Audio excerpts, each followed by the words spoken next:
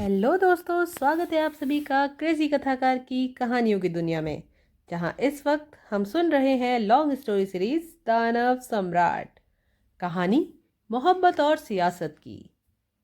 और आज बारी है एपिसोड नंबर 12 की, जिसका नाम है मोक्षराज का जादू। लेकिन एपिसोड शुरू करने से पहले don't forget like, share, comment and subscribe. तो आइए अब शुरू करते हैं एपिसोड नंबर 12।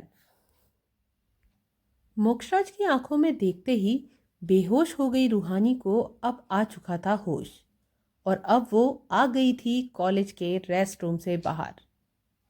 बाहर आकर रूहानी ने टाइम देखते हुए अपनी दोस्तों से कहा, अरे यार जल्दी चलो, जाकर कैंटीन से जूस पी लेते हैं, फिर नेक्स्ट लेक्चर भी तो अटेंड करना है। कहीं इस बार भी क्लास में हमें लेट आने की वजह से बाहर ना निकाल दे प्रोफेसर। रूहानी की बात सुनते ही ये तीनों दोस्त खिलखिलाकर हंसते हुए कैंटीन की ओर बढ़ गई। वहीं दूसरी तरफ द एम्बिशन कॉलेज के दूसरे छोर पर मोक्षराज एडमिशन की सारी फॉर्मेलिटी पूरी कराकर ऑफिस से बाहर निकला ही था कि तभी अचानक से उसकी नज़र सामने हो रही दो ग्रुपों की लड़ाई पर गई। उन लोगों को देखते ही मोक्षराज ने मन ही मन मुस्कुराते हुए खुद से कहा, चलो थोड़ा एंटरटेनमेंट हो जाए। ये कहते ही मोक्षराज उन लड़कों को गौर से देखने लगा। तभी अचानक से मोक्षराज की नज़र उन लड़ाई करने वाले लड़कों में से एक पर गई, जो अपनी पीठ के पीछे हाथ में पकड़ा हुआ चाकू छुपाकर एक लंबे चौड़े लड़के की ओर बढ़ रहा था। ये नज़ारा देखते ही मोक्षराज धीमी सी आवाज में खुद से बोला, अरे ये लड़का इस मामूली सी लड़ाई में चाकू क्यों लेकर आ रहा है? कहीं ये सच में उस लड़के पर अटैक तो नहीं कर देगा? लगता है अब मुझे ही कुछ करना पड़ेगा। ये सोचते ही मोक्षराज ने तुरंत अपने मन में कुछ मंत्र पढ़े और फिर अपनी आंखों पर से काला चश्मा हटाकर उस चाकू को गौर से देखने लगा।